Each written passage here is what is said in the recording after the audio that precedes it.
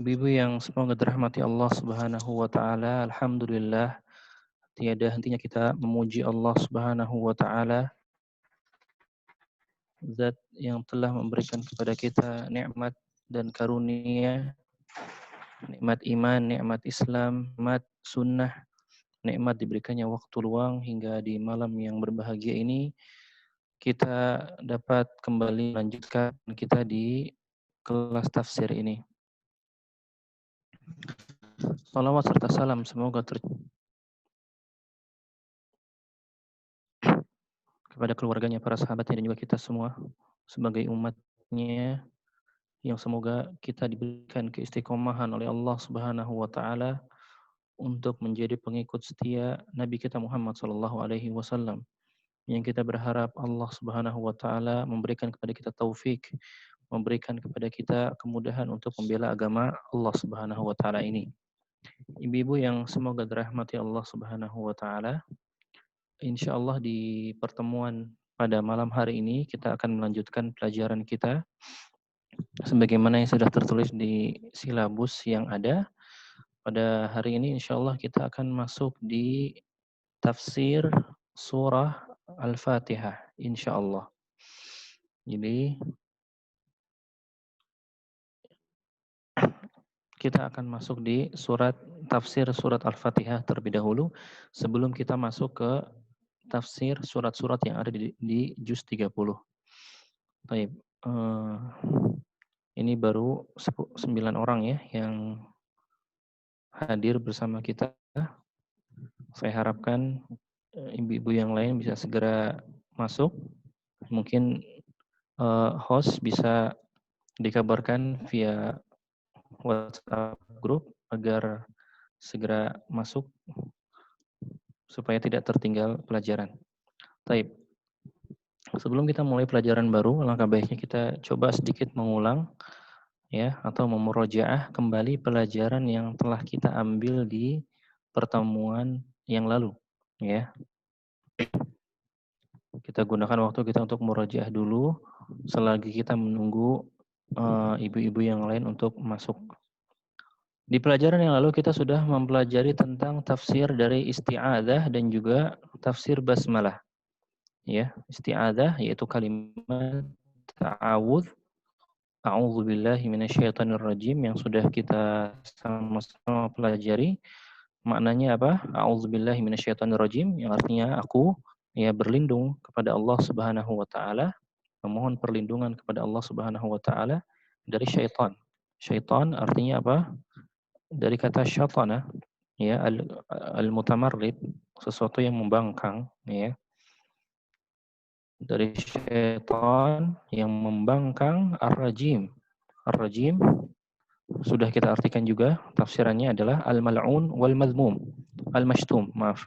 Jadi sesuatu yang dilaknat dan dicela itu dari arti dari syaitan. Jadi arti dari a'udzubillahi minasyaitonirrajim, aku memohon perlindungan kepada Allah dari syaitan ya yang membangkang kepada Allah, ar-rajim lagi terkutuk dan juga terlaknat, tercela. Ini dari makna isti'adzah.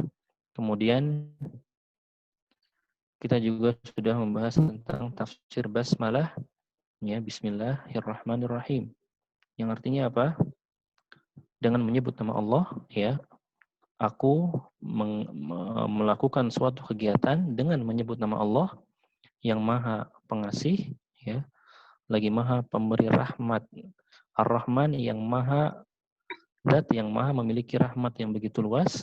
Ar-Rahim lagi Maha memberikan rahmat kepada hamba-hambanya yang Allah kehendaki. Ini dari makna Bismillahirrahmanirrahim. Kemudian di pertemuan kali ini, insya Allah kita akan membahas surat tafsir dari surat Al-Fatihah. Pertama, kenapa di sini saya memilih untuk membahas surat Al-Fatihah terlebih dahulu sebelum membahas surat-surat lainnya yang ada di juz 30 ya. Yang pertama mengingat tentang keutamaan yang dimiliki oleh surat Al-Fatihah ini ya. Jadi surat Al-Fatihah ini memiliki keutamaan yang agung. Bahkan dijuluki dengan Ummul Kitab. Ya, apa arti Ummul Kitab? Induknya Al-Kitab, Al-Qur'anul Karim. Ya, kenapa bisa disebut induknya Al-Qur'anul Karim? Para ulama mengatakan di sini menjelaskan kenapa disebut dengan Ummul Kitab.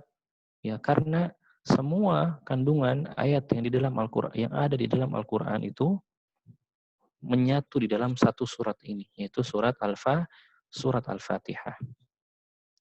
Jadi ini alasan yang pertama. Alasan yang kedua, mengingat surat Al-Fatihah ini adalah surat yang setiap hari kita baca.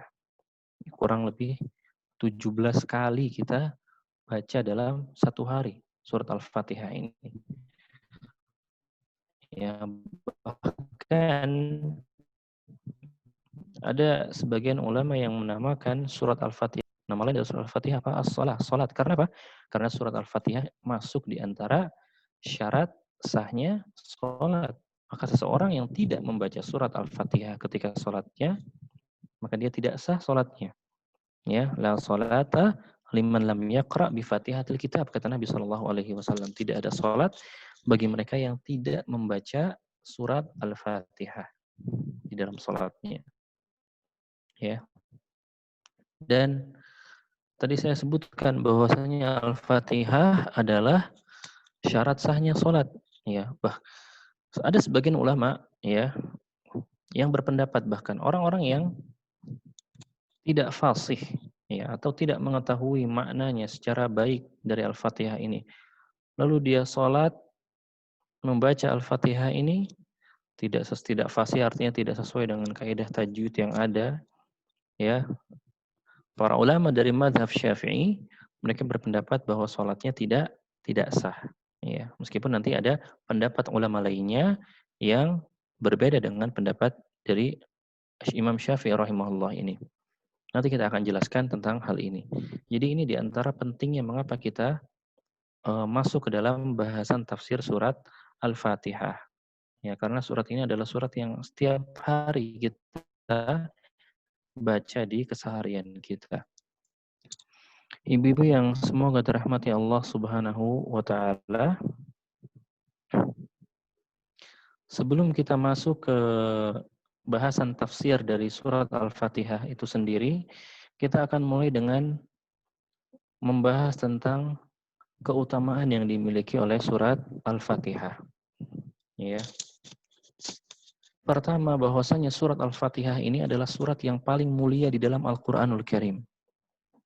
Sebagaimana hadis yang disebutkan oleh Nabi Shallallahu alaihi wasallam ya, yang diriwayatkan oleh sahabat Abu Sa'id bin Al-Mu'alla radhiyallahu anhu, di sini disebutkan kata Nabi Shallallahu alaihi wasallam, "Ala u'allimuka a'zama suratin fil Qur'ani qabla an takhruja minal masjid." Jadi suatu ketika Nabi Shallallahu alaihi wasallam berbicara kepada Abu Sa'id, ya. Ketika itu mereka sedang berada di masjid. Lalu Nabi berkata, "Maukah engkau aku ajarkan sebuah surat ya yang paling agung di dalam Al-Qur'an sebelum engkau keluar dari masjid ini?" Fa akhadha bi yadi falamma aradana an nakhruja qultu ya Rasulullah innaka qulta la u'allimannaka a'zama suratin minal Qur'an. Ya. Maka seketika itu Nabi Shallallahu alaihi wasallam mengambil tanganku. Ya, jadi ketika Abu Sa'id ini ingin keluar masjid, diambil tangannya. Lalu Abu Sa'id berkata, "Wahai Nabi, apa surat yang engkau ingin ajarkan kepadaku tentang surat yang paling agung di dalam Al-Qur'an ini?" Maka Nabi Shallallahu alaihi wasallam bersabda, "Alhamdulillahi rabbil alamin." Yaitu surat Alhamdulillahi rabbil alamin. Surat apa? Surat Al-Fatihah. Ini diantara keutamaannya ya. Surat Al-Fatihah adalah surat yang paling mulia, yang paling agung di dalam Al-Quran. Kemudian surat Al-Fatihah juga disebut dengan keutamaan yang kedua adalah surat Al-Fatihah ini juga disebut dengan Ummul Quran, yaitu induknya Al-Quran.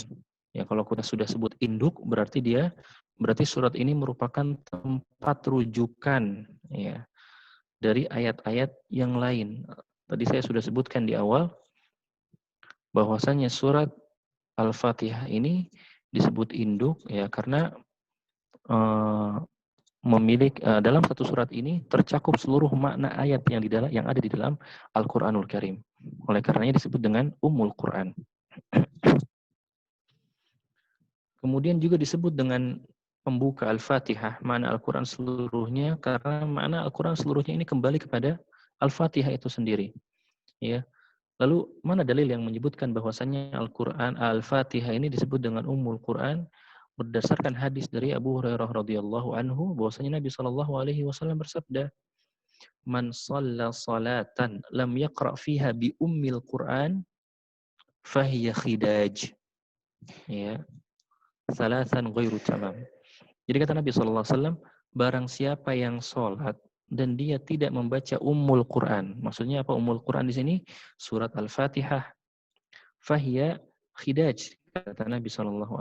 Maka sholatnya itu tidak sah. Dan Nabi SAW mengulangi ucapan ini selama 3 kali. Apa maksudnya?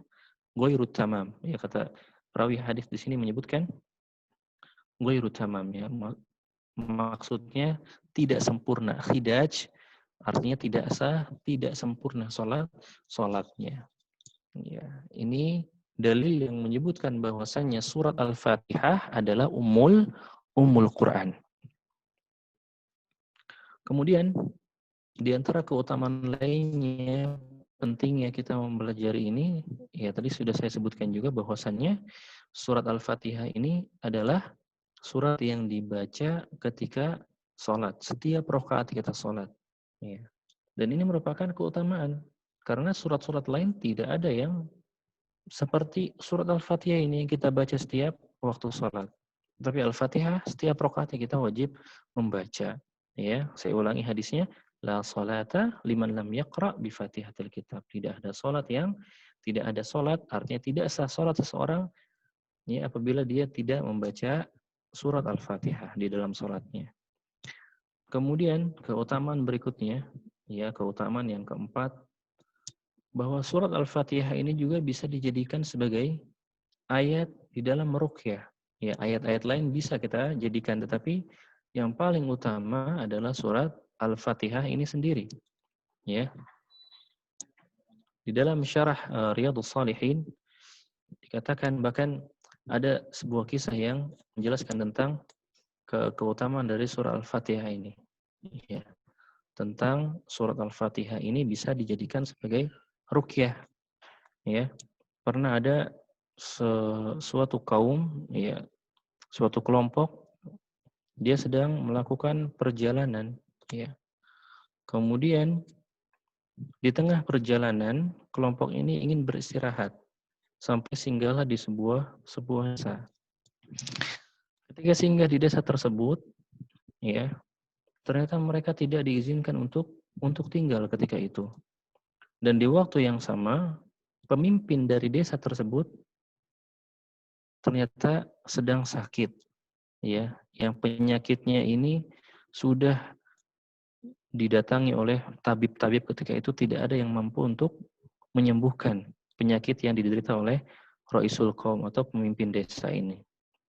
Lantas orang-orang di desa tersebut menawarkan kepada kelompok yang tadi singgah ini, saya mengatakan kalian akan kami izinkan tinggal di sini kalau di antara kalian ada yang bisa menyembuhkan pemimpin desa kami. Ya. Akhirnya apa? Di antara mereka akhirnya datang, ya, salah satu di antara kelompok ini datang mendatangi pemimpin desa ini, lalu meruqyahnya dengan membaca surat Al-Fatihah. Dan dengan izin Allah Subhanahu wa taala, pemimpin desa tersebut sembuh dari penyakit yang selama ini dideritanya. Ya, tentu ini karena atas kehendak Allah Subhanahu wa taala. Ya, dia pemuda yang tadi berusaha mengobati pemimpin desa ini hanya berwasilah, ya. Wasilahnya dengan apa? Dengan ayat-ayat suci Al-Qur'anul Karim, dengan asmaullahil husna. Ya, karena di dalam surah Al-Fatihah sendiri terdapat nama-nama Allah yang baik, ya, seperti alhamdulillah, ada kalimat Allah, Ar-Rahmanir Rahim, Maliki Yaumiddin. Ini semua adalah Asmaul Husna atau nama-nama Allah yang baik yang diperbolehkan bagi kita untuk menggunakannya sebagai wasilah kita dalam meminta kepada Allah atau kita bertawasul dengan ayat-ayat Allah. Ya. Jadi itu diantara keutamaan dari surat Al-Fatihah. Saya ulangi, keutamaannya yang pertama, dia merupakan Ummul Quran. Artinya induknya Al-Quran. Yang kedua, surah Al-Fatihah juga dijadikan sebagai obat untuk meruqyah. Kemudian berikutnya di antara keutamaan lainnya surat Al-Fatihah ini adalah surat yang senantiasa kita baca di dalam salat kita, ya. Dan yang terakhir, surat Al-Fatihah ini adalah surat yang paling agung, surat yang paling mulia, ya. Lalu bagaimana dengan ayat kursi? Nah, ya, kalau ayat kursi ini adalah ayat yang paling agung. Jadi kalau ditanya ayat yang paling agung di dalam Al-Qur'an adalah ayat kursi. Surat yang paling agung surat apa? Surat Al-Fatihah. Ini mukaddimah sebelum kita masuk ke dalam pembahasan kita. Ibu-ibu sekalian yang semoga dirahmati Allah Subhanahu wa taala. Selanjutnya kita akan masuk ke dalam ya tafsiran dari surat Al-Fatihah itu sendiri. Bahasan kita yang pertama adalah kalimat Bismillahirrahmanirrahim. Yang menjadi pertanyaan, apakah kalimat Bismillahirrahmanirrahim ini masuk ke dalam ayat, ya, atau masuk ke dalam surat Al-Fatihah? Kalau dia masuk, berarti dia masuk dalam ayat yang pertama. Atau basmalah ini tidak masuk di dalam surat Al-Fatihah. Artinya bukan merupakan ayat pertama. Ayat pertamanya berarti Alhamdulillah Rabbil Alamin. Ya. Hal ini diperselisihkan oleh para ulama. Ya. Intinya, kalimat Bismillahirrahmanirrahim ini merupakan ayat yang ada di dalam Al-Quranul Karim. Ya. Jadi, saya ulangi, permasalahan tentang Bismillah ini masuk ke dalam surat Al-Fatihah atau tidak, ini diperselisihkan oleh para ulama. Ya. Yang disepakati oleh para ulama adalah bahwasanya Bismillahirrahmanirrahim ini merupakan ayat yang ada di dalam Al-Qur'anul Karim. Mana ayatnya? Ya, di dalam Al-Qur'an Allah Subhanahu wa taala berfirman di dalam surat An-Naml ayat 30. Nanti Ibu bisa coba cek di dalam Al-Qur'an surat An-Naml ayat ke-30. Di situ Allah Subhanahu wa taala berfirman, "Innahu min Sulaiman wa innahu bismillahirrahmanirrahim." Ya, di situ ada kalimat Bismillahirrahmanirrahim yang artinya sesungguhnya, ya. Jadi surat ini, ayat ini bercerita tentang Nabi Yullah Sulaiman ketika mengirimkan surat kepada Ratu Saba ketika itu. Ya, ketika suratnya diterima oleh Ratu Saba, ya, dia mengatakan sesungguhnya surat itu berasal dari Sulaiman dan sesungguhnya, ya, berasal dari Sulaiman. Dan kalimat yang pertama yang ada di dalam surat itu adalah kalimat Bismillahirrahmanirrahim. Jadi Bismillahirrahmanirrahim merupakan ayat yang ada di dalam Al-Qur'anul Karim. Ini tidak diperselisihkan oleh para ulama. Mana ayatnya? Ayatnya dalam surat An-Naml ayat 30. Sedikit saya berikan faidah dari ayat ini, ya. Mungkin di pertemuan sebelumnya saya lupa juga untuk menjelaskan tentang hal ini. Di antara faidahnya apa? Disunnahkan bagi kita ketika ingin memberikan pesan berupa surat, ya, atau chat SMS via SMS atau direct message di Instagram atau Twitter atau sosial media yang lainnya, maka disunnahkan bagi kita untuk mendahulukan kalimat Bismillah, ya, dibanding kalimat salam, ya. Dan ini merupakan sunnah. Jadi mendahulukan kalimat Bismillah. Mohon maaf sebelumnya, ini apa yang saya jelaskan jelas atau bagaimana? Putus-putus enggak ya? Karena di sini dari tadi ada notif sinyalnya kurang baik.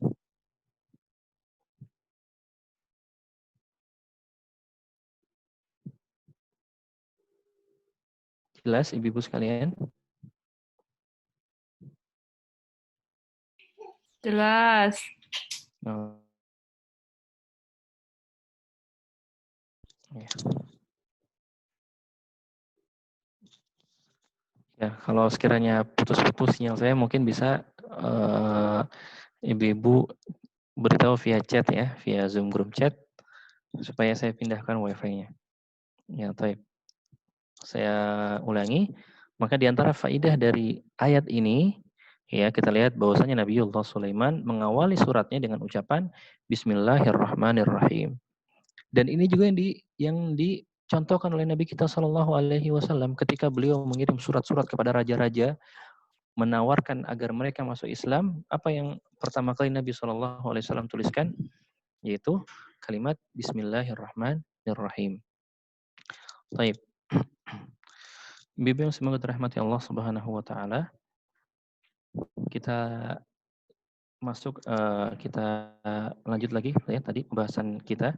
Inti pembahasan kita apa? Apakah ayat atau bismillah ini masuk ke dalam ayat yang ada di dalam surat Al-Fatihah?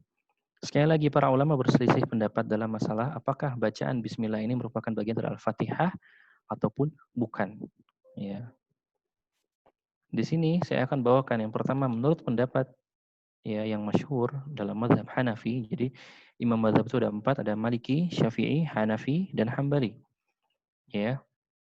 Pendapat dari mazhab Hanafi dan juga pendapat yang paling sahih dari mazhab Hambali ya dan kebanyakan jumhur ulama, para faqih, para fuqaha, para ahli fikih, mereka mengatakan apa?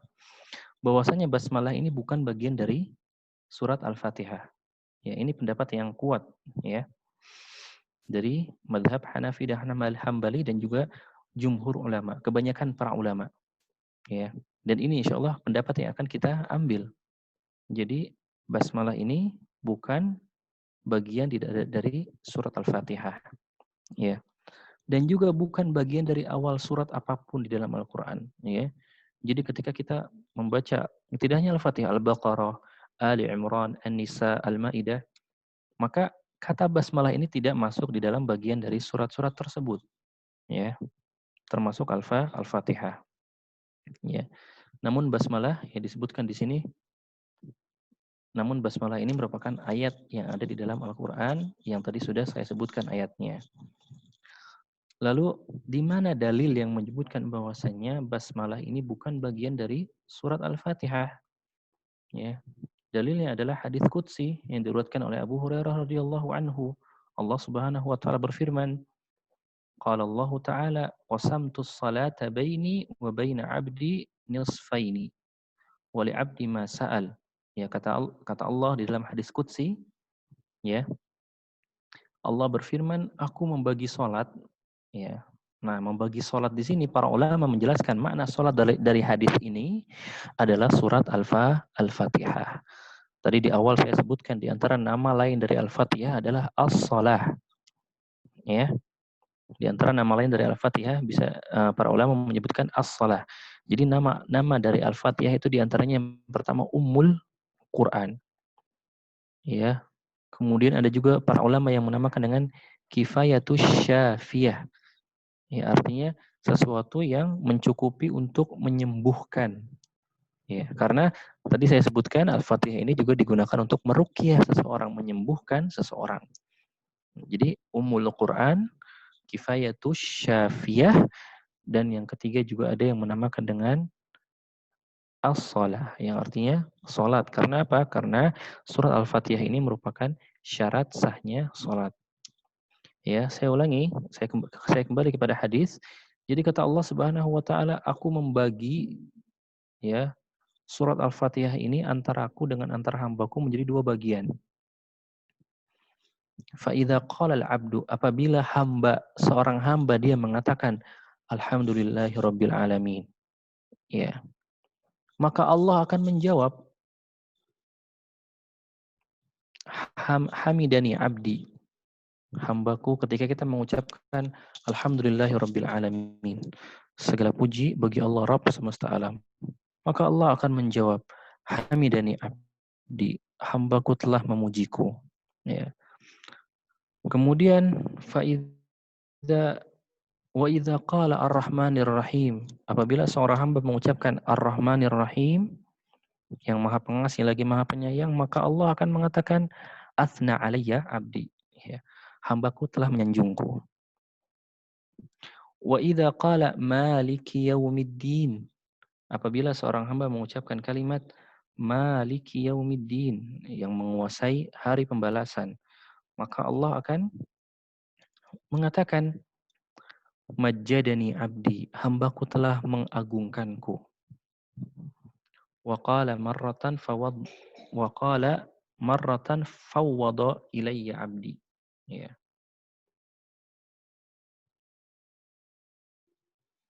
Beliau berkata, sesekali hambaku telah memberikan kuasa penuh kepadaku. Kemudian apabila seorang hamba mengucapkan iyyaka na'budu wa iyyaka nasta'in, hanya kepadamulah kami menyembah dan hanya kepadamulah kami memohon pertolongan, ya, maka Allah Subhanahu wa taala akan mengatakan hadza baini wa baina abdi wa li abdi ma sa'al. Kata Allah Subhanahu wa taala, ini di antaraku dan hambaku. Bagi hambaku apa yang ia minta, ya. Kemudian faidza qala, kalau seorang hamba mengatakan ihdinas siratal mustaqim siratal ladzina an'amta 'alaihim ghairil maghdubi 'alaihim waladdallin, qala hadza li 'abdi wa li 'abdi ma sa'al.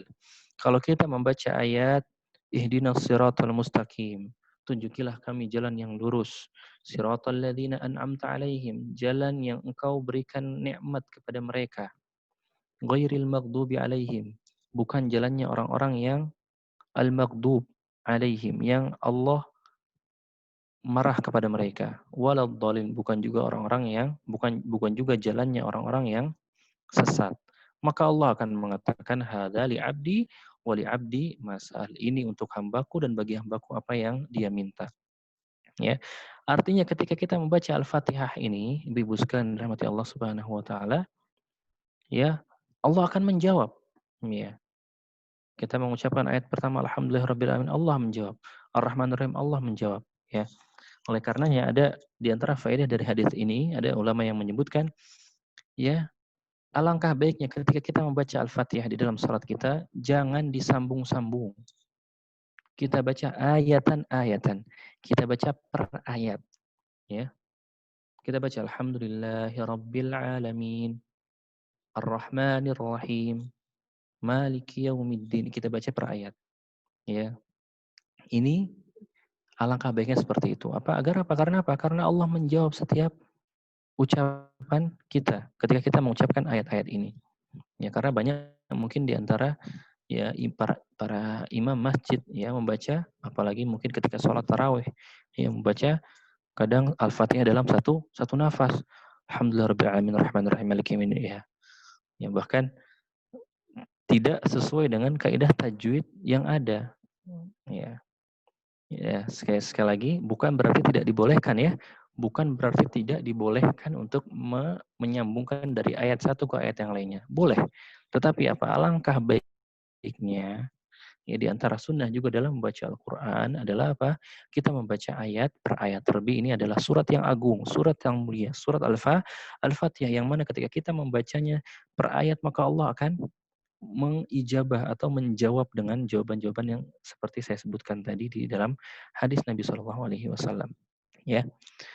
Lalu di mana pendalilannya?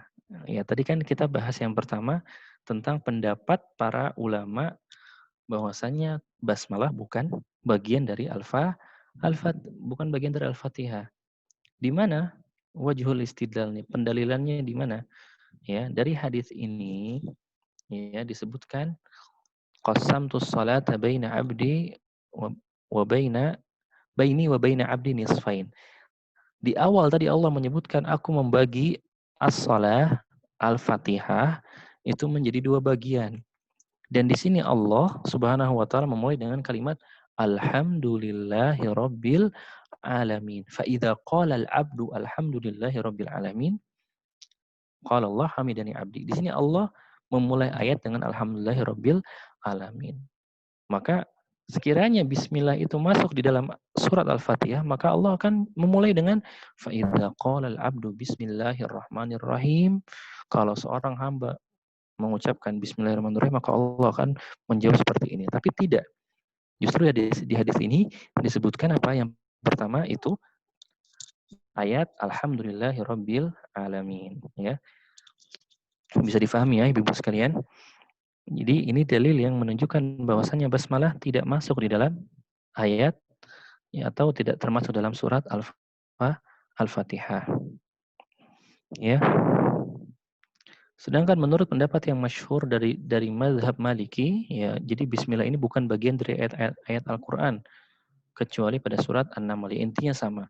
Intinya bismillah ini bukan bagian dari Al-Qur'an kecuali satu tadi pada surat An-Naml ayat 30.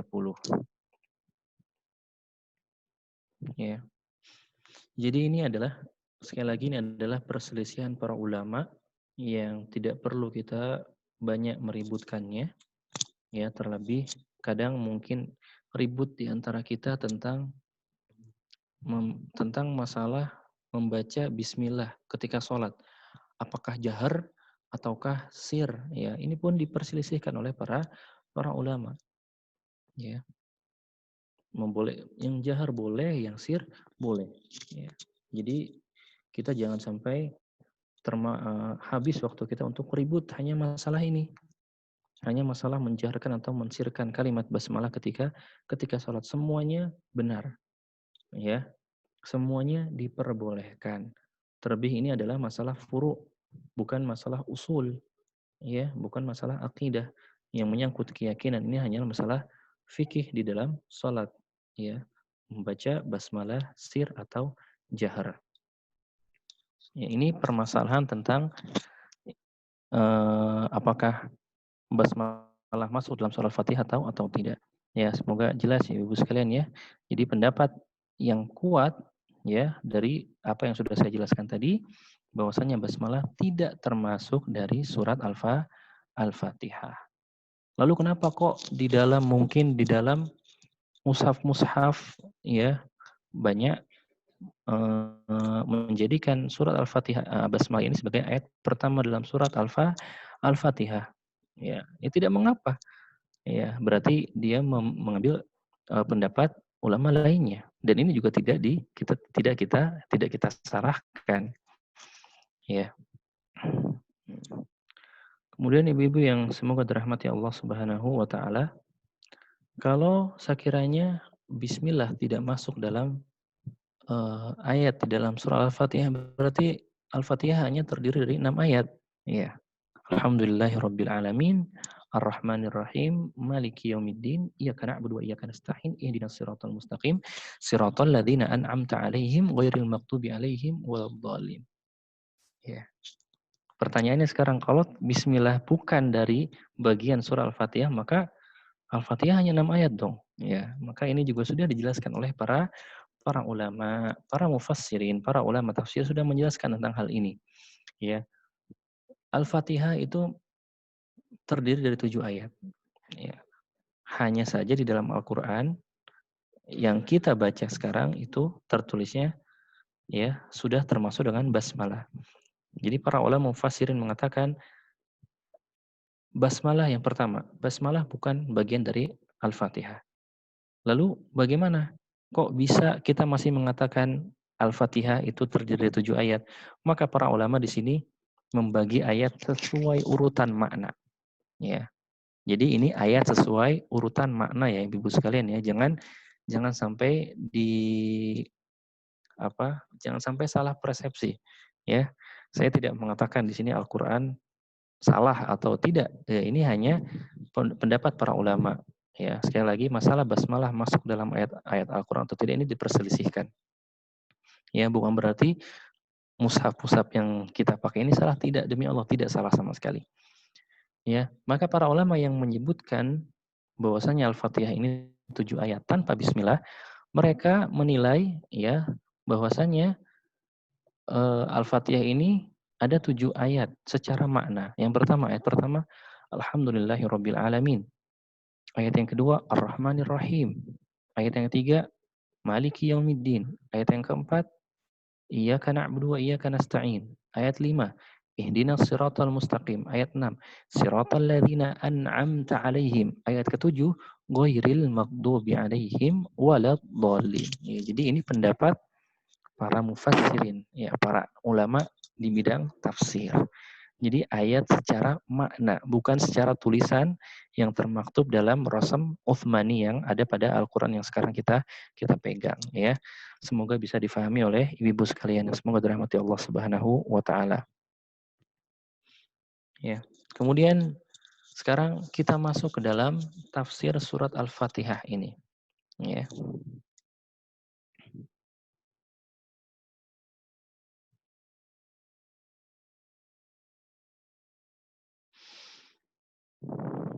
Surat Al-Fatihah. Ayat, ya, yang kita ambil yang pertama ada kalimat Alhamdulillahirabbil alamin. Apa artinya? Segala puji bagi Allah, Rabb semesta alam. Ya.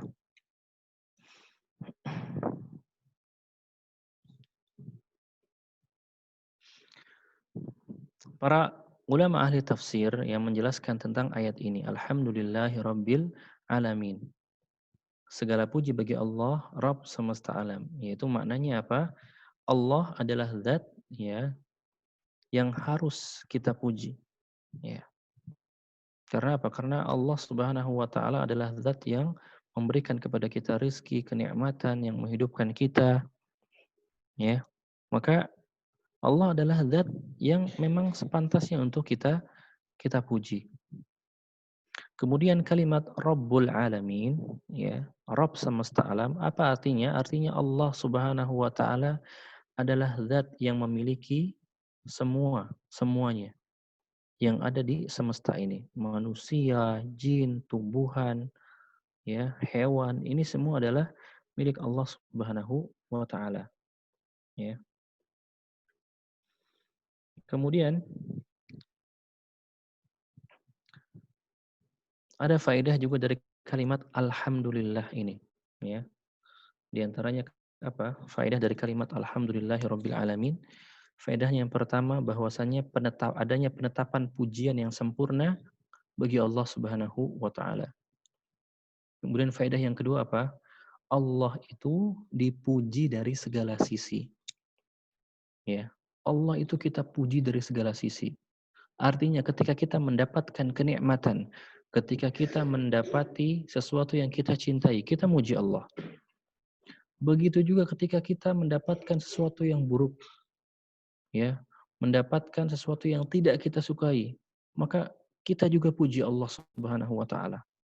Dan ini berdasarkan hadis Nabi Shallallahu alaihi wasallam yang Nabi ajarkan kepada kita. Yang diriwayatkan dari Ummul Mukminin Aisyah radhiyallahu anha, beliau mengatakan kana Rasulullah sallallahu alaihi wasallam idza ra'a ma yuhib qala alhamdulillahilladzi bi ni'matihi tatimmus shalihat wa idza ra'a ma yakrah qala alhamdulillahi ala kulli halin. Ya. Jadi ada sebuah hadis yang diriwayatkan oleh Aisyah radhiyallahu anha, Nabi sallallahu alaihi wasallam jika melihat sesuatu yang dia senangi atau jika mendapatkan kenikmatan dari Allah, maka apa yang beliau katakan? Alhamdulillahilladzi bi ni'matihi tatimmus shalihat. Yang artinya apa? Segala puji bagi Allah yang dengan nikmat-nikmatnya tersempurnakanlah amalan-amalan saleh. Ya, jadi ini sunnah yang kita ucapkan ketika kita mendapatkan kenikmatan melihat sesuatu yang kita sukai. Kemudian dalam hadis ini juga dilanjutkan wa idza ra'a ma yakrah, apabila Nabi melihat sesuatu yang tidak Nabi suka, maka apa yang Nabi katakan? Alhamdulillahi ala kulli hal. Ya, artinya apa? Segala puji bagi Allah atas segala keadaan.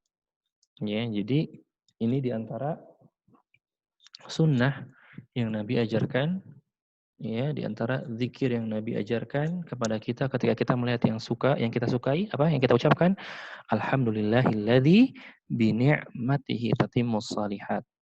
Ketika kita melihat sesuatu yang tidak kita inginkan atau ketika kita mendapatkan musibah berupa keburukan, ya, maka apa yang kita ucapkan, alhamdulillahi ala kulli hal. Segala puji bagi Allah atas segala keadaan, ya.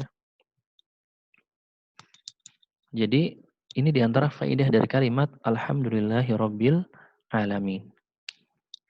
Jadi maknanya apa tadi alhamdulillahirabbil alamin?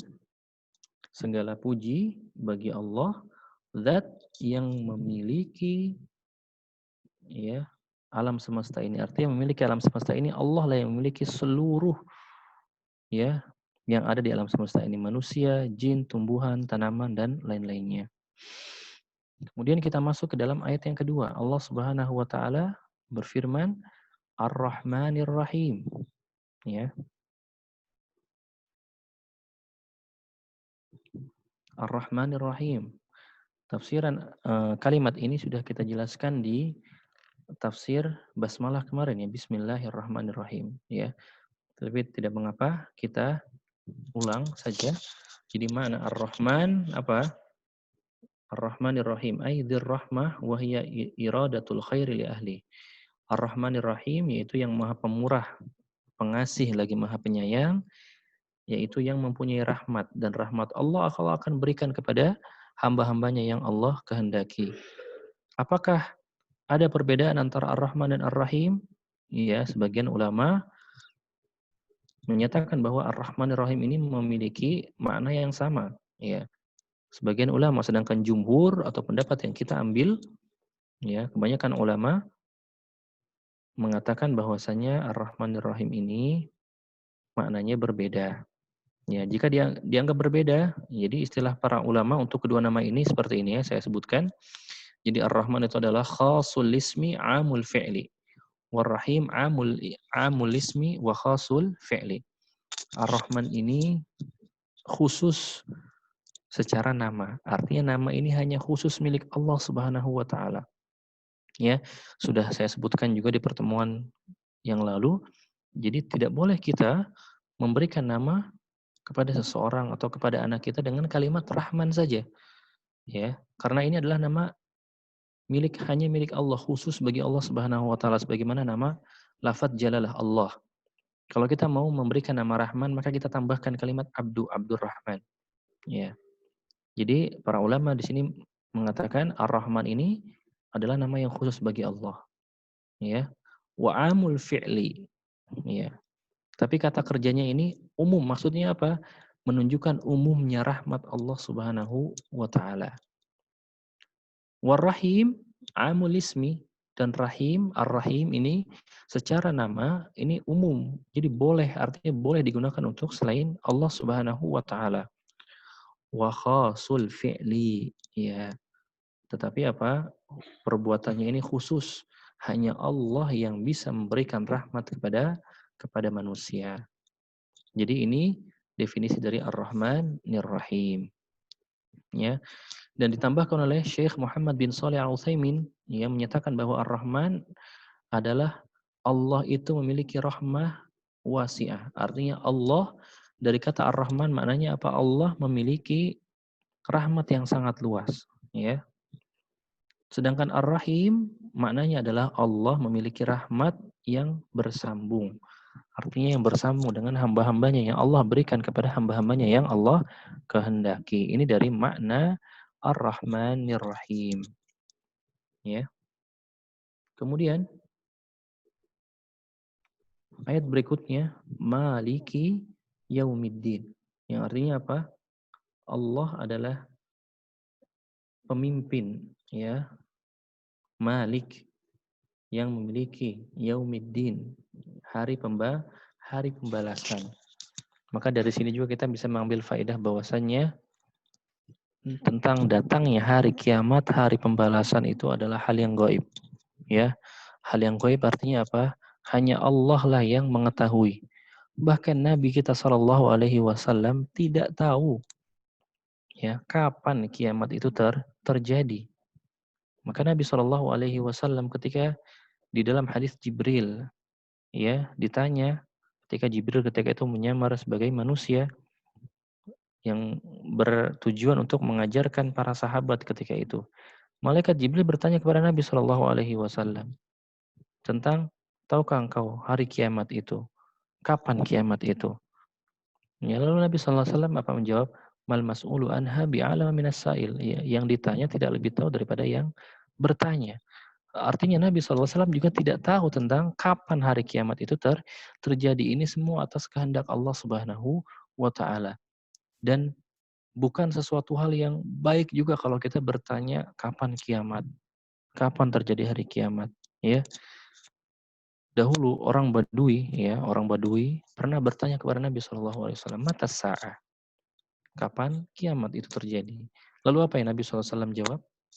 Wa madza ista'datta laha, apa yang telah engkau persiapkan untuk menghadapi hari kiamat. Jadi Nabi menjawab seperti itu karena memang Nabi tidak tahu kapan terjadi kiamat. Ya, terjadinya kiamat ini adalah hal yang gaib, yang hanya Allah lah yang mengetahui. Ya. Jadi hal gaib ini hanya Allah yang mengetahui. Jadi jangan sampai kita termakan oleh isu-isu media yang sekarang banyak sekali ya. 2012, tanggal 12, bulan 12, 2012, jam 12 akan terjadi kiamat. Nyatanya tidak. Ya. Kemudian yang geger kemarin ada salah satu dai yang menyeru, yang dijuluki dengan dai akhir zaman, ya. Mungkin maksud dia baik, ya. Kita tidak menafikan maksud dari ustadz ini baik, karena apa? Karena ingin mengingatkan para jamaah untuk senantiasa ingat terhadap hari kiamat agar kita memperbanyak amalan soleh kita. Tetapi apa yang salah? Ya, yang salah seakan dia bisa mengetahui tentang tentang hal-hal yang gaib, terutama tentang hari kiamat, akan turunnya dukhon, akan turunnya dajjal. Ini semua adalah perkara gaib bagi Allah, perkara gaib yang hanya Allah lah yang mengetahui. Adapun ketika sang ustadz ini mungkin membawakan sebuah dalil dan ternyata setelah diteliti apa? Dalil tersebut adalah hadis yang dhaif, yang lemah, yang artinya apa? Kita tidak boleh berdalil menjadikan hujah alasan dengan hadis yang lemah. Ini alhamdulillah Ustadz tersebut juga sudah klarifikasi dan meminta maaf bahwasanya hadis yang digunakan ini adalah hadis yang dhaif, hadis yang lemah. Ya, jadi sekali lagi perkara ini tentang kapan turunnya dajjal, dukhon, kiamat, ini adalah hal-hal gaib ya, yang hanya Allah yang mengetahui. Kita manusia hanya tugasnya apa? Mengimani yang pertama. Yang kedua apa? Mempersiapkan itu semua. Kita persiapkan perbanyak amal saleh kita sebelum benar-benar kita dipertemukan dengan hari kiamat. Ya, jadi itu ya Ibu sekalian semua dirahmati Allah Subhanahu wa taala. Berikutnya Maliki yaumiddin, lalu ayat berikutnya apa? Iyyaka na'budu wa iyyaka nasta'in. Ya. Apa artinya iyyaka na'budu wa iyyaka nasta'in? Kepadamulah kami menyembah dan kepadamulah kami meminta pertolongan. Ya. Maknanya apa? Para ulama tafsir menjelaskan, ai nakhussuka bil ibadah min tauhidi iyyaka na'budu wa iyyaka nasta'in wa ghairi huwa natlubul ma'unata 'alal ibadati wa ghairiha. Yaitu hanya kepada engkaulah kami menyembah dan hanya kepada engkaulah kami memohon pertolongan. Maksudnya kami hanya mengkhususkan, ya, kami hanya mengkhususkan ibadah kepada Allah dengan bertauhid, ya, dan kami memohon pertolongan hanya kepada Allah dalam beribadah dan untuk urusan lainnya. Jadi Ibu sekalian dirahmati Allah Subhanahu wa taala, ya. Jadi inti dari surah Al-Fatihah itu ayat ini, ya. Kenapa? Karena ayat ini berbicara tentang tauhidullah, tauhid uluhiyah. Apa itu tauhid uluhiyah? Yaitu kita mengesahkan Allah Subhanahu wa taala di dalam kita beribadah kepada Allah Subhanahu wa taala. Jadi di dalam tauhid itu, di dalam kita meyakini adanya Allah, harus terpenuhi 3 perkara. Yang pertama harus kita yakin bahwasanya Allah yang menciptakan kita, yang mematikan, menghidupkan, memberikan rizki. Ya. Jadi tauhid itu akan sempurna ketika ketiga komponen ini menyatu. Yang pertama kita harus yakin bahwasanya Allah zat yang memberikan rizki, yang menghidupkan, mematikan. Ya. Yang kedua, kita juga harus yakin bahwasanya Allah adalah satu-satunya zat yang harus kita ibadahi. Artinya di dalam beribadah itu hanya Allah tujuan kita, bukan yang lainnya. Dan yang ketiga kita harus meyakini bahwasanya Allah memiliki nama-nama yang indah, nama-nama yang baik. Asma atau yang kita kenal dengan Asmaul Husna. Ya. Kenapa saya katakan ini? Ya, karena kalau kita lihat dengan orang-orang musyrik di zaman dahulu, mereka bertauhid tidak? Ya. Mungkin kalau kita katakan mereka bertauhid hanya memiliki dua komponen tauhid. Yang pertama, mereka meyakini bahwasanya yang menciptakan Allah. Ya, dan yang ketiga mungkin mereka juga meyakini Allah memiliki nama-nama. Tetapi mereka tidak meyakini komponen yang kedua. Mereka tidak beribadah kepada Allah Subhanahu wa taala. Mereka tidak menjadikan Allah sebagai tujuan utama mereka dalam beribadah. Maka batal tauhidnya. Ya. Jadi tauhid uluhiyah ini adalah pokok dari tauhid. Ya, karena kita di situ mengesahkan Allah di dalam beribadah. Kita sholat untuk Allah. Kita zakat untuk Allah. Kita menyembelih untuk Allah. Ya. Jadi nggak hanya sekedar kita meyakini Allah yang menciptakan, Allah yang mematikan, Allah yang memberikan rezeki. Kalau seperti itu, orang-orang musyrik dulu, orang-orang jahiliyah di zaman dahulu pun meyakini hal itu. Bukankah Allah telah mengatakan di dalam Al-Quran, "Wala in sa'altahum man khalaqas samawati wal arda la yaqulunna Allah." Kata Allah di dalam Al-Quran, wahai Muhammad, sekiranya engkau tanya mereka, orang-orang musyrik ini, siapa yang menciptakan mereka? Maka mereka akan menjawab Allah. Tanpa ragu, mereka akan menjawab Allah Subhanahu wa Ta'ala. Ya. Tetapi mereka tetap dicap sebagai musyrikin, orang-orang musyrik karena apa? Karena mereka tidak beribadah kepada Allah Subhanahu wa taala, atau mereka beribadah kepada Allah tetapi apa? Mereka menjadikan sekutu bagi Allah Subhanahu wa taala. Dan ini yang sekarang terjadi di zaman kita ini, ya. Syekh Muhammad bin Abdul Wahhab At-Tamimi rahimahullah menjelaskan dalam kitab tauhidnya, kesyirikan di zaman sekarang itu jauh lebih parah dibanding kesyirikan di zaman dahulu. Kenapa? Karena di zaman dahulu orang-orang itu berbuat syirik ketika mereka dalam keadaan lapang. Sementara dalam keadaan sempit mereka mintanya kemana? Mintanya kepada Allah Subhanahu wa taala. Dan benar ini yang Allah kabarkan di dalam Al-Qur'an juga. Di dalam surat Al-Ankabut kalau tidak salah. Nanti bisa Ibu lihat kalau tidak salah dalam surat Al-Ankabut atau Al-Qasas di lembar terakhir, ya. Jadi di penghujung ayat, di ayat-ayat penghujung itu Allah berfirman, "Falamma najjahum فَإِذَا رَكِبُوا فِي الْفُلْكِ دَعَوُا اللَّهَ مُخْلِصِينَ لَهُ الدِّينَ فَلَمَّا نَجَّاهُمْ إِلَى الْبَرِّ إِذَا هُمْ يُشْرِكُونَ." Apa kata Allah? Mereka orang-orang musyrik ketika mereka berada di kapal, ya, terombang-ambing di atas laut, apa yang mereka lakukan? Da'awullaha mukhlisin. Mereka meminta kepada Allah dengan ikhlas. Ya. Ketika mereka dalam keadaan sulit, siapa yang mereka ingat? Allah Subhanahu wa taala. Lalu apa ayat berikutnya? Falamma najjahum ilal barri idza hum yusyrikun.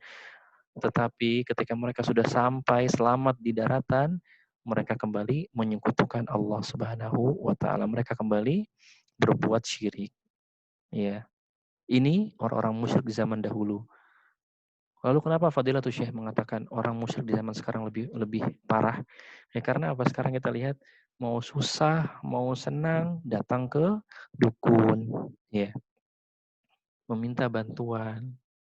Dan ini jelas perbuatan syirik, ya, yang artinya kita menyekutukan, menjadikan bagi Allah tandingan. Waliyadzubillah. Ya, dan dosa syirik adalah dosa yang paling besar, ya, yang tidak akan diampuni oleh Allah Subhanahu wa taala. Innallaha la yaghfiru an yushraka bihi wa yaghfiru ma duna dzalika liman yasha, kata Allah. Sesungguhnya Allah tidak mengampuni dosa syirik. Akan tetapi Allah mengampuni dosa selain syirik sesuai dengan kehendak Allah Subhanahu wa taala. Ya. Jangan syirik. Ya. Jangan kita berbuat syirik. Syirik kecil maupun syirik besar. Apa contohnya syirik kecil? Apa bedanya? Ada asyirkul asghar wa syirkul akbar. Syirik kecil dan syirik besar. Bedanya apa? Syirik kecil hanya merontokkan amalan kita pada ibadah yang kita lakukan. Sementara syirik besar itu bisa merontokkan seluruh pahala kita di seluruh ibadah kita. Syirik kecil tidak mengeluarkan seseorang dari agama. Syirik besar ini bisa mengeluarkan pelakunya dari agama Islam. Syirik kecil tidak membuat pelakunya ini kekal di neraka. Syirik besar menjadikan pelakunya kekal di neraka. Contohnya syirik kecil apa? Riya, sum'ah, ingin dilihat, ingin didengar. Ketika kita beribadah, kita ingin dilihat. Ya, sedang sholat, mungkin ingin dilihat orang agar dikatakan orang yang rajin sholat. Membaca Al-Quran. Ya. Dan ini adalah masalah hati memang ya. Dan oleh karenanya apa?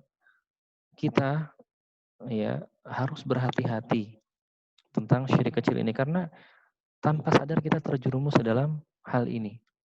Ya, syirik kecil ini. Yang tadinya mungkin sedang membaca Al-Quran sendirian, tiba-tiba ada orang datang, lalu kita bagus-baguskan suara kita. Ya, dengan tujuan agar didengar orang lain, dipuji orang lain. Ya, ini yang tadinya niatnya karena Allah, tiba-tiba berbelok. Ya, untuk mendapatkan pujian manusia. Waliyahzubillah, ini masuk dalam kategori syirik kecil. Adapun syirik besar adalah ya yang benar-benar menjadikan Allah tandingan dalam beribadah. Kita sholat atau kita menyembelih misalnya bukan untuk Allah. Ya, kita jadikan sesajen, kita sembelih misalnya kambing, lalu kepala kambingnya kita kirimkan ke tengah laut untuk apa? Jin laut atau untuk dewa laut, untuk nyai laut. Nah, ini semua adalah bentuk kesyirikan yang besar yang Allah tidak akan mengampuni dosanya sebelum dia bertaubat kepada Allah Subhanahu wa taala. Ya. Jadi ini makna dari iyyaka na'budu wa iyyaka nasta'in. Hanya kepada Allah lah kami menyembah dan hanya kepada Allah kami meminta pertolongan. Di sini Syekh As-Sa'di di dalam kitabnya Taisir Kalimir Rahman ya, kitab tafsirnya mengatakan ayat tersebut ya makna dari iyyaka na'budu wa iyyaka nasta'in. Di sini Allah Subhanahu wa taala mendahulukan objek ya, mendahulukan objek. Jadi di dalam ilmu bahasa Arab ya kita sedikit keluar dari pembahasan. Jadi biasanya dalam kalimat bahasa Arab itu tersusun dari predikat baru objek. Ya, kalau dalam bahasa Indonesia ada SPOK, subjek, predikat, objek, keterangan. Subjek itu apa? Fa'il, ya, atau orang yang melakukan. Predikat itu kata kerja, objek itu objeknya atau korban yang dari pelaku, korban dari pelaku. Nah, di dalam bahasa Arab, susunan kalimat itu biasanya kata kerja dulu baru objek, ya. Tetapi di sini apa? Yang didahulukan itu objeknya. Harusnya na'budu iyyaka wa nasta'inu iyyaka. Tetapi apa di dalam ayat ini dahulukan iyyakanya. Iyyaka na'budu wa iyyaka nasta'in. Apa fungsinya? Ya, apa tujuannya? Maka Syekh Sa'di rahimahullah di sini menjelaskan tujuannya apa? Untuk membatasi, yufidul hasr. Tujuannya untuk membatasi. Apa maksud dari membatasi? Itu menetapkan hukum yang telah disebut dan meniadakan yang lainnya. Ya, artinya di sini membatasi. Yang pertama apa? Iya karena budu. Kita hanya membatasi bahwasanya kita hanya boleh menyembah kepada Allah saja, tidak kepada yang lainnya. Ya. Karena kalau kita mengucapkan kalimat tauhid, apa? Kalimat la ilaha illallah. Apa makna dari la ilaha illallah? Ya. Arti secara bahasanya tidak ada Tuhan selain Allah. Tapi apa makna dari kalimat ini sebenarnya apa? La ma'buda bihaqqin illallah. Tidak ada zat yang berhak disembah dengan sebenar-benarnya kecuali Allah Subhanahu wa taala. Maka tujuan didahulukannya objek Ya, daripada kata kerja di sini apa? Yufidul hasar, untuk membatasi.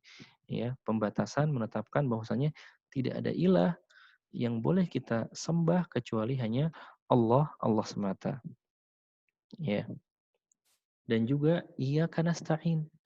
Hanya kepadamu lah kami minta pertolongan. Ya, ini juga membatasi, yaitu kita ini tidak boleh meminta pertolongan kecuali hanya kepada Allah Subhanahu wa taala. Ya.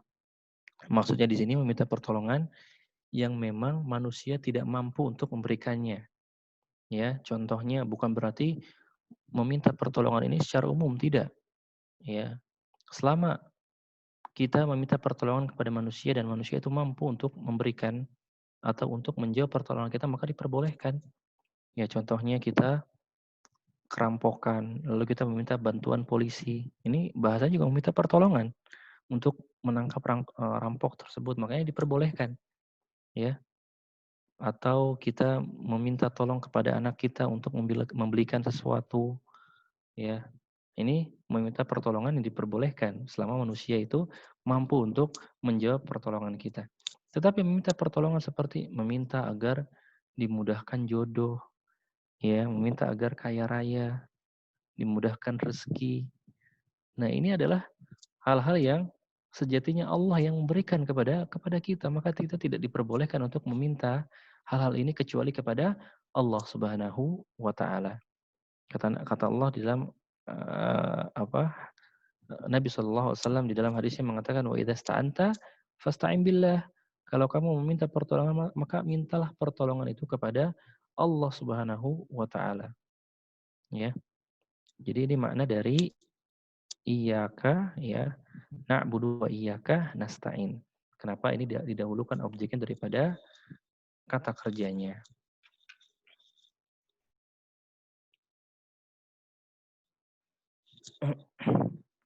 Dan juga di sini pendahuluan objek daripada kata kerja juga ini apa?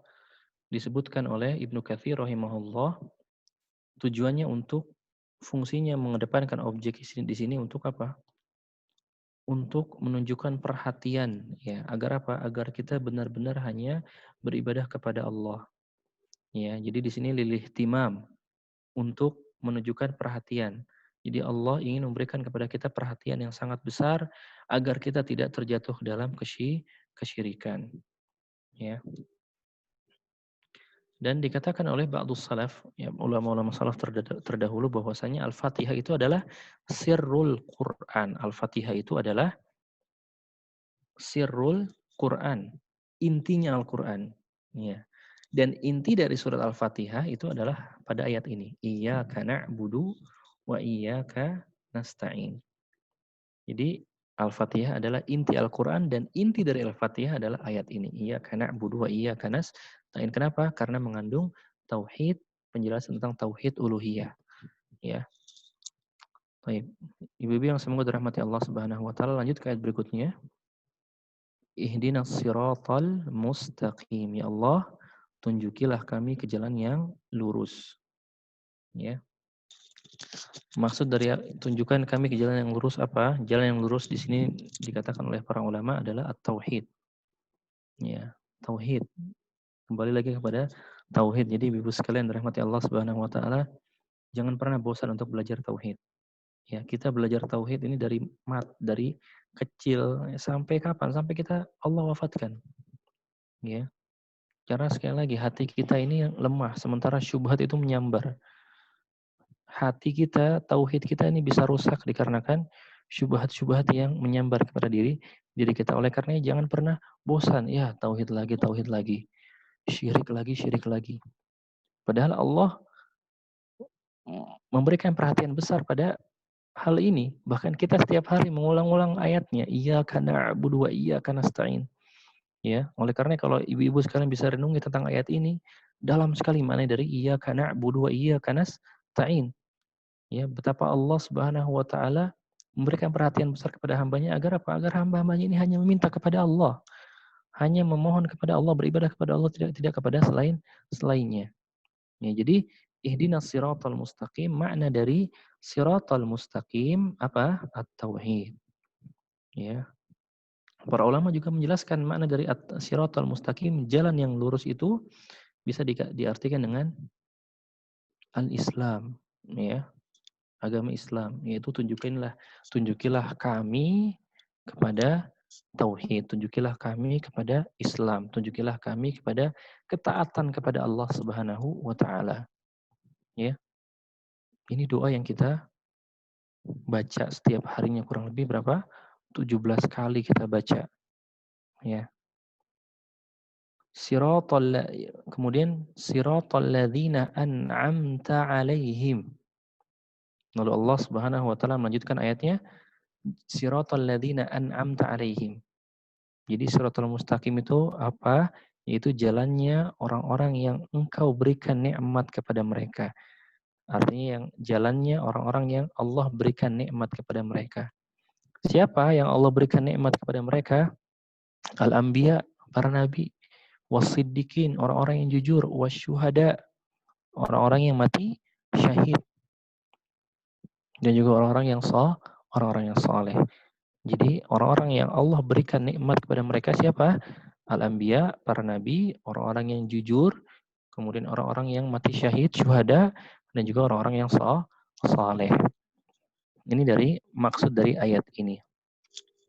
Kemudian ghairil maghdubi 'alaihim waladhdallin. Ya, bukan jalannya orang-orang yang al-maghdub, yang dimurkai. Waladhdallin, bukan juga jalannya orang-orang yang sesat. Maka para ulama menafsirkan al-maghdub di sini apa? Al-yahud. Alladzi 'araful haq, yang mana mereka, kenapa orang-orang Yahudi ini disebut oleh Allah sebagai al-maghdub, ya, yang dimurkai oleh Allah. Kenapa? Karena mereka berilmu tapi tidak beramal. Mereka tahu ilmunya. Mereka tahu tentang Islam, tetapi mereka tidak mau mengamalkan apa-apa yang Allah turunkan ke dalam Al-Quran ini berupa agama Islam. Ya. Jadi itu makna dari al-maghdub. Apa arti al-maghdub tadi? Orang-orang yang dimurkai siapa? Yang dimaksud orang-orang Yahudi, yang mana mereka berilmu tapi tidak beramal. Waladhdallin, dan juga jalannya orang-orang yang sesat. Siapa mereka? An-Nasara, orang-orang Nasrani. Kenapa dikatakan sesat? Karena mereka beramal tanpa ilmu. Ya, mereka beramal, ya, ibadah, tapi apa, mereka beribadah tanpa ilmu. Makanya mereka dikatakan sesat oleh Allah Subhanahu wa taala. Dan kita Islam di tengah-tengah, ya. Orang Islam adalah orang yang beramal dan berilmu. Orang yang berilmu dan juga beramal, mengamalkan ilmu-ilmu yang telah dia dapatkan.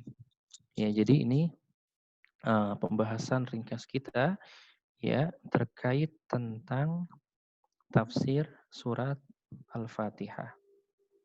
Lalu sedikit saya akan tambahkan pembahasan tentang, ya, mungkin banyak dari kita yang masih bingung ketika sholat jamaah itu, apakah kita ikut membaca Al-Fatihah atau hanya diam saja.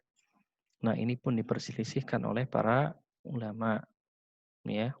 Ada yang mengatakan hanya diam saja karena bacaan imam itu menjadi bacaan makmum juga. Ya, ada yang memberikan pendapat tetap wajib membaca karena membawakan hadis la salata liman lam yaqra bi Fatihatil kitab. Tidak ada salat bagi orang yang tidak membaca surat Al-Fatihah. Maka pendapat yang kuat, ya, seperti ini. Jika kita mendengar imam ini membaca surat Al-Fatihah, maka kita cukup diam. Ya. Misalnya kita sholat di suatu masjid, lalu imam sholat maghrib atau subuh, maghrib, isya yang bacaannya dijaharkan. Ketika kita mendengar imam membaca Al-Fatihah, maka kita cukup diam. Ya. Karena para ulama berdalil di dalam Al-Quran, Allah mengatakan فَإِذَا قُرِئَ الْقُرْآنُ فَأَنْصِتُوا. Kalau ada yang baca Al-Quran, maka diam. Kita mendengarkan. Dan dalam hadis juga dikatakan bacaan imam itu menjadi bacaan bagi makmum juga. Ya. Jadi kalau kita mendengar ada imam yang membaca surah Al-Fatihah ketika kita sholat, maka kita cukup diam saja.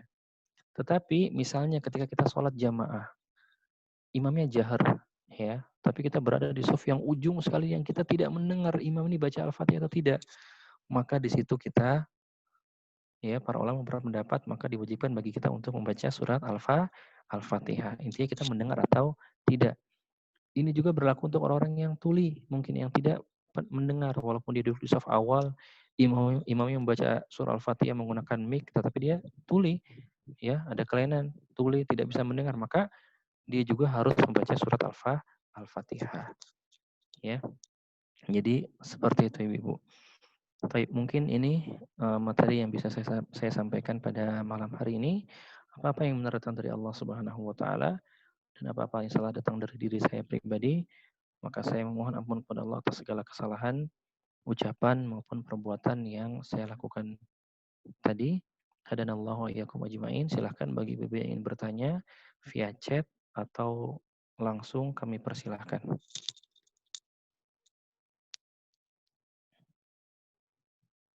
Terima kasih Ustadz Abdillah Sahal yang sudah menyampaikan materinya. Kepada ibu-ibu semua yang ingin bertanya, dipersilahkan.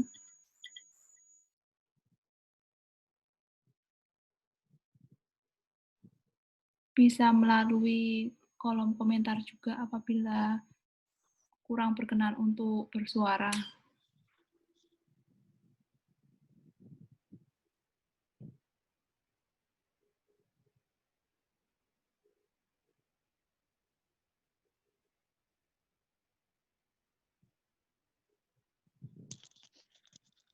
Ya, silakan Ibu bagi ibu-ibu yang mungkin punya pertanyaan atau ada pembahasan yang tadi saya kurang jelas, ya, atau terlalu cepat, ya bisa ditanyakan. Silahkan.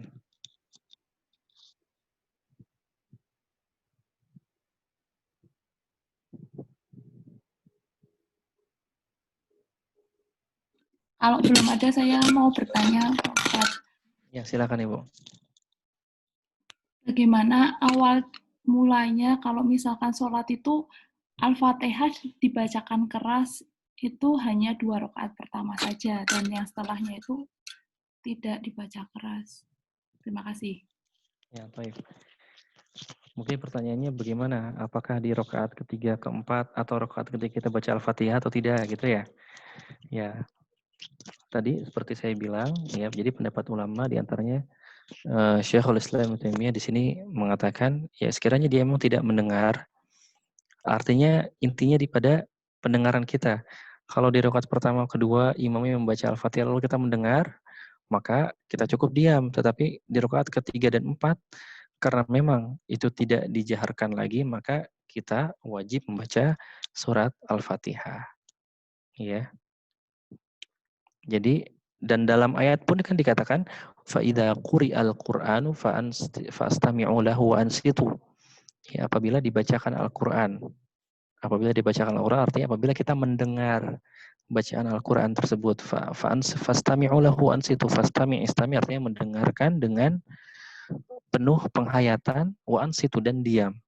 Ya, berarti kalau di rakaat 3 atau di rakaat 4 ketika sholat kita tidak mendengar imam dan karena memang tidak dijaharkan maka kita wajib untuk membaca Al-Fatihah tersebut. Taib. Barakallahu fiik. Sudah jelas?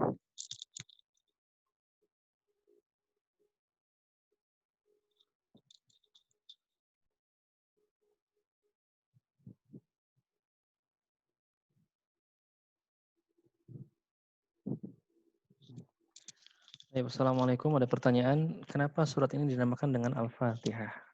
Apakah ada arti untuk nama tersebut? Oh, taib. Jazakallah wa jazakillah khairan. Ya, pertanyaan bagus. Mungkin tadi saya belum jelaskan. Saya malah menjelaskan tadi langsung nama-nama surah Al-Fatihah sampai lupa menjelaskan makna dari Al-Fatihah itu sendiri ya. Jadi Al-Fatihah itu artinya apa? Pembuka. Ya, kenapa dinamakan Al-Fatihah? Karena dia yang membuka Al-Qur'anul Karim, surat yang menjadi pembuka di dalam Al-Qur'anul Karim. Ya. Baik, terima kasih kepada Ibu Fitri ya sudah bertanya. Jadi Al-Fatihah apa artinya? Pembuka, Fatih. karena dia yang membuka surat yang ada di dalam Al-Qur'anul Karim. Baik, ada lagi?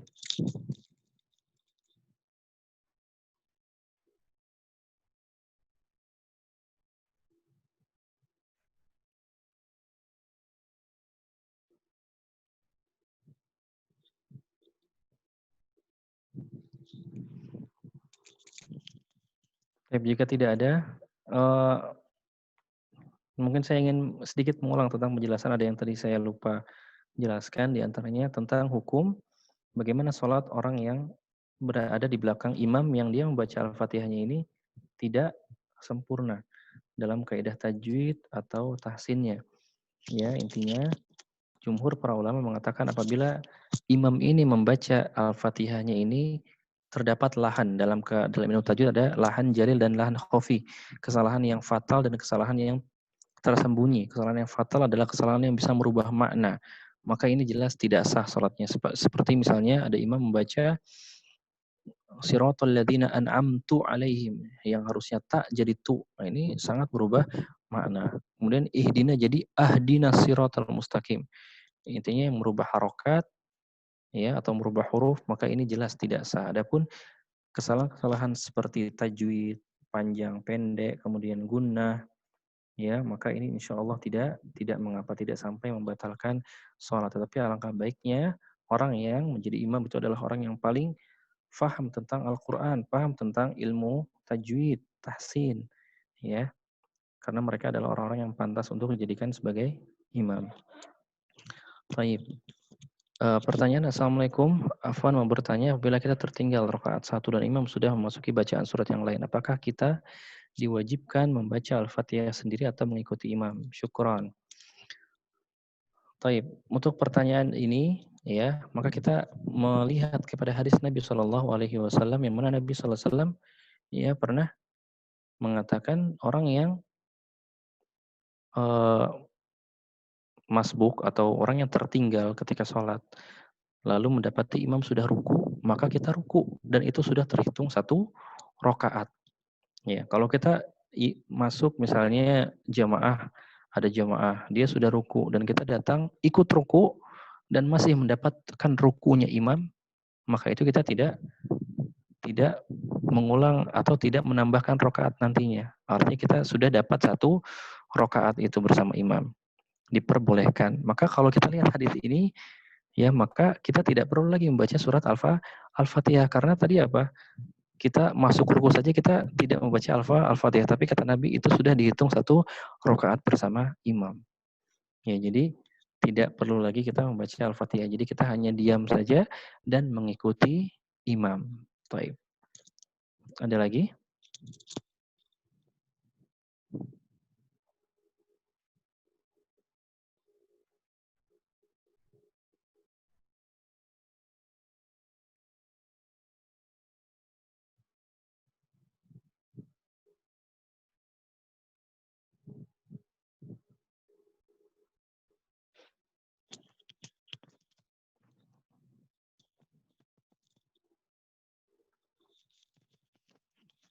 Ada lagi, Ibu? Kalau tidak ada mungkin kita tutup.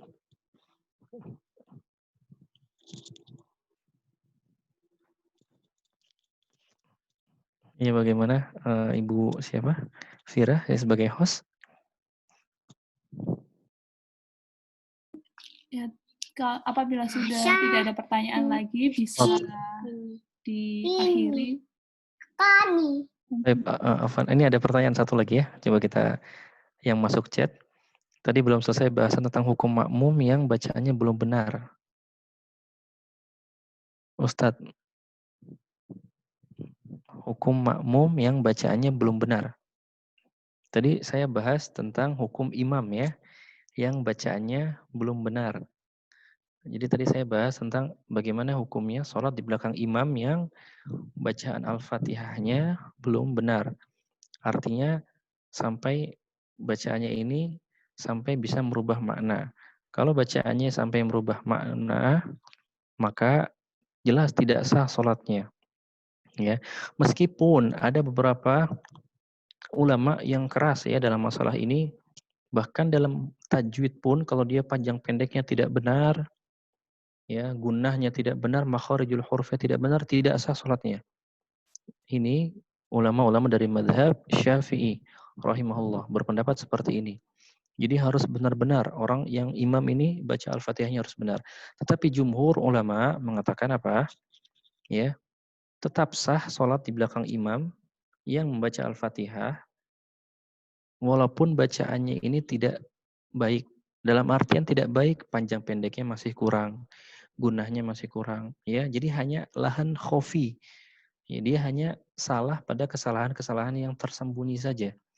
Apa maksud dari kesalahan tersembunyi? Kesalahan yang hanya diketahui oleh orang-orang yang sudah belajar ilmu tajwid, ya. Tetapi kalau dia membaca lalu terdapat lahan jali, kesalahan yang nyata sekali, fatal sekali. Jadi orang yang nggak belajar tajwid pun tahu ini salah gitu. Contohnya apa? Merubah huruf, merubah harokat. Misalnya tadi saya sebutkan ihdinas siratal mustaqim. Dia baca ahdinas siratal mustaqim. Yang harusnya i dibaca a, ini merubah makna. Ihdina artinya apa? Berikanlah kami petunjuk. Kalau ahdina artinya apa? Berikanlah kami hadiah. Ini jelas fatal sekali. Atau dalam siratal ladzina an'amta alaihim. Dia rubah jadi an'amtu. Yang harusnya artinya engkau berikan nikmat kepada mereka, jadi aku berikan nikmat kepada mereka. Ini jelas fatal dan para ulama bersepakat tidak sah solatnya. Ya, jadi mungkin itu Ibu. Jadi saya sebutkan di awal makanya kenapa kita harus ya mempelajari tentang surah Al-Fatihah ini. Tafsirnya, tajwidnya, ya penting sekali bagi kita untuk mempelajarinya. Baik, wa jazakillahu khairan.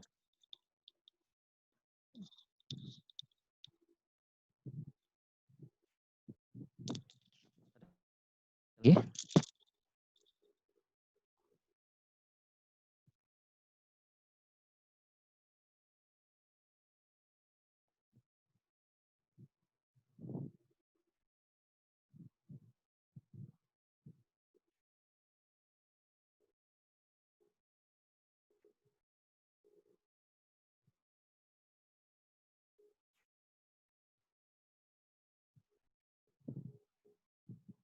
Ya, jika tidak ada, mungkin kita tutup ya. Ibu Fira sebagai host. Oh iya, ya Ustaz. Baik, terima kasih kepada Ustadz Abdillah Sahal yang sudah menyampaikan materi. Insya Allah hari Jumat, 2 hari lagi kita akan kembali untuk membahas tafsir yang lain lah. Oh iya, saya juga mau tanya ya, Jumat kita tetap masuk ya atau libur karena hari Idul Adha? Bagaimana? Oh ya, itu belum diputuskan. Mbak Fira, Gimana? hari Jumat kan itu ada libur ya? Oh, baik, ya. Libur Ustaz. Oh iya, Libur Mbak Fira. Iya. Ya, jadi berarti ya ibu-ibu sekalian, insya Allah hari Jumat kita libur ya karena bertepatan dengan hari raya Idul Adha. Dan saya juga ingin mengingatkan ya, besok merupakan Yaum Arafah, hari Arafah, maka disunahkan untuk berpuasa ya. Jadi kita saling mengingatkan dalam ketakwaan kepada Allah ya untuk berpuasa saum Arafah di esok hari ya karena mengingat keutamaan yang sangat besar sekali. Puasanya 1 hari diampuni dosanya dua tahun. Ya, Masya Allah, puasa 1 hari diampuni dosa dua tahun. Ini adalah bentuk dari luasnya rahmat Allah dan ampunan Allah bagi kita semua. Baik, mungkin itu saja. Saya tutup ya. Baik, wa jazakillahu khairan. Kita tutup dengan doa kafaratul majlis. Subhanakallahumma